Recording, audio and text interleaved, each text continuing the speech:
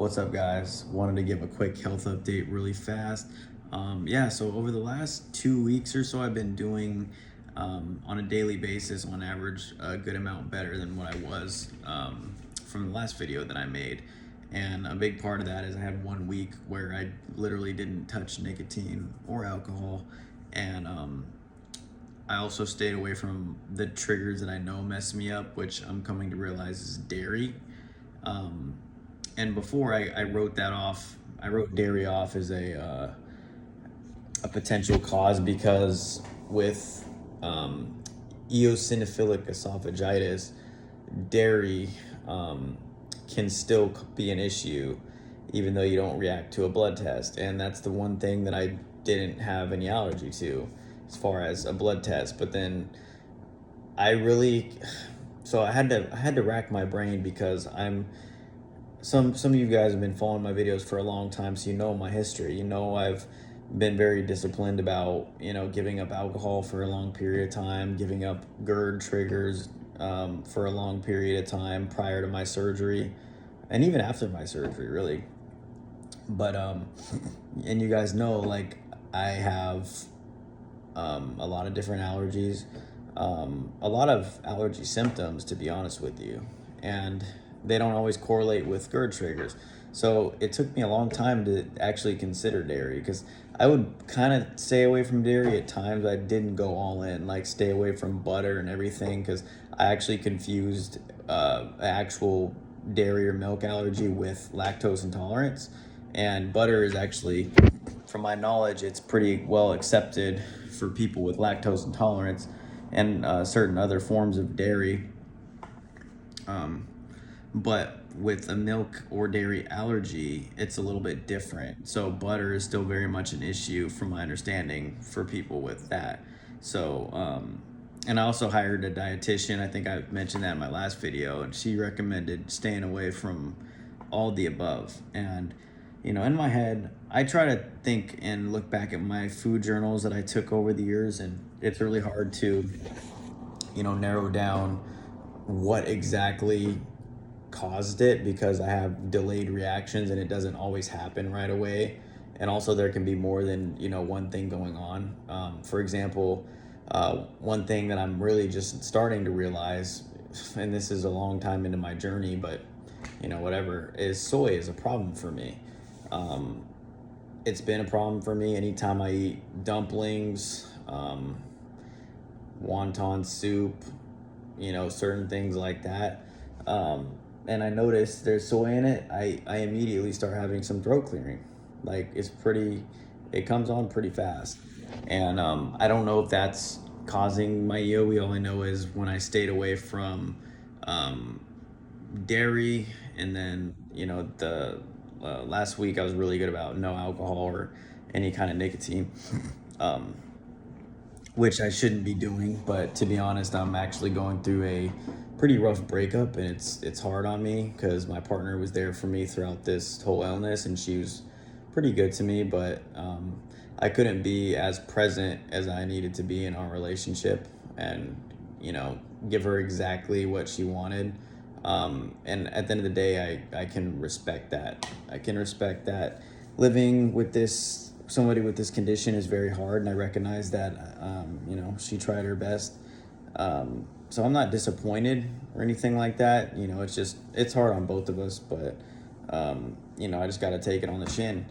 And speaking of which, for those of you guys, some people say that with this condition, stress is like a huge cause of it, and this is just yet another example of how I completely disagree with that. So this is a very stressful time for me. I was engaged to my partner for 3 years almost, and going through a breakup, and I don't really have that much symptoms currently. My swallowing hasn't been that good today, but it certainly was better than 2 weeks ago, all things considered. And if you combine all my symptoms over like the last 6 months, it's pretty damn good. And on top of that, I'm actually gaining some weight. I'm getting my weight back. I introduced most carbs back, so white rice is back.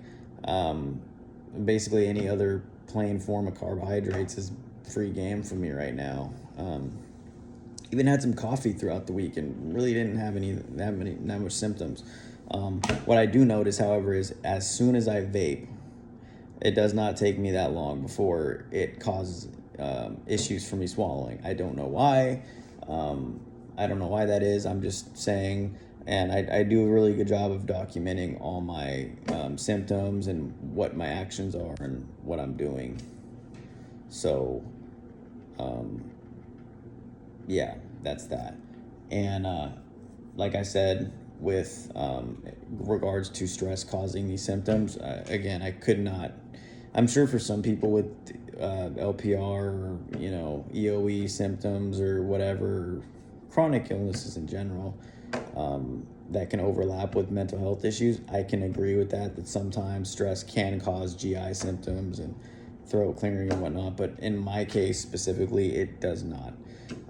I've noticed some of the worst days I've ever had stress-wise, I don't have any symptoms, and quite the contrary, some of the best days of my life where I just pray to God that I wouldn't have symptoms during them, and I'm otherwise happy and carefree on those days. Like I'm just having, symptoms that would handicap a lot of people, and vice versa. I could be having a terrible day and have terrible symptoms, or I can be having a great day with no symptoms. So like it just has everything to do with the diet, with the lifestyle, but more importantly, it's actually narrowing down what the cause is. And as I've said before, and as I'll continue to say, I'm still learning, but also like I'm much better equipped and in a better mindset than I have ever been.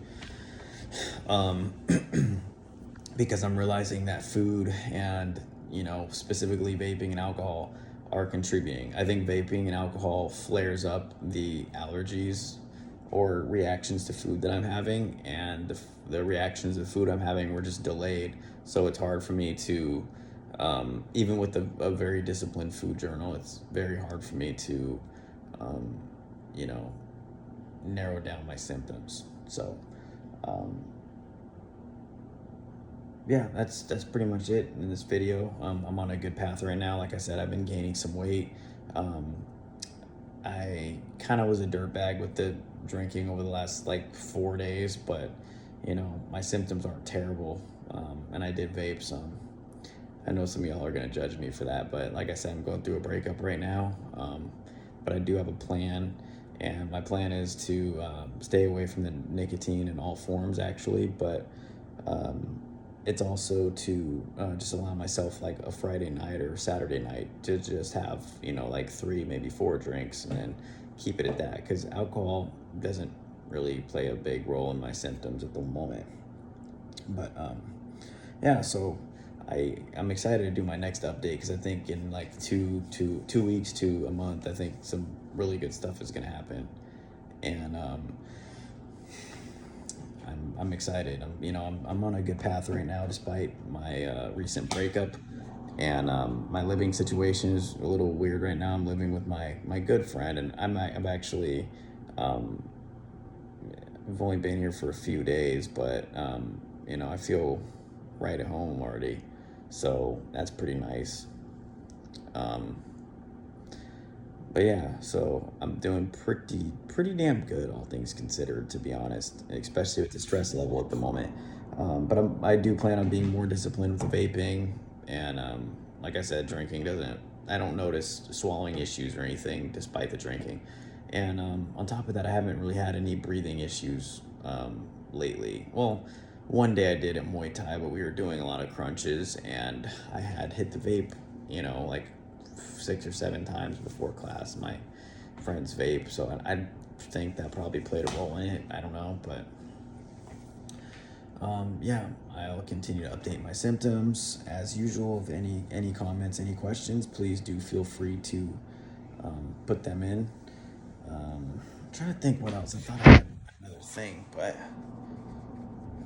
I think that's it off the top of my head. I'll continue to do updates as I go, but like I said, in the next 2 weeks to a month, I'm looking forward to what's gonna happen. So, all right, see y'all next time.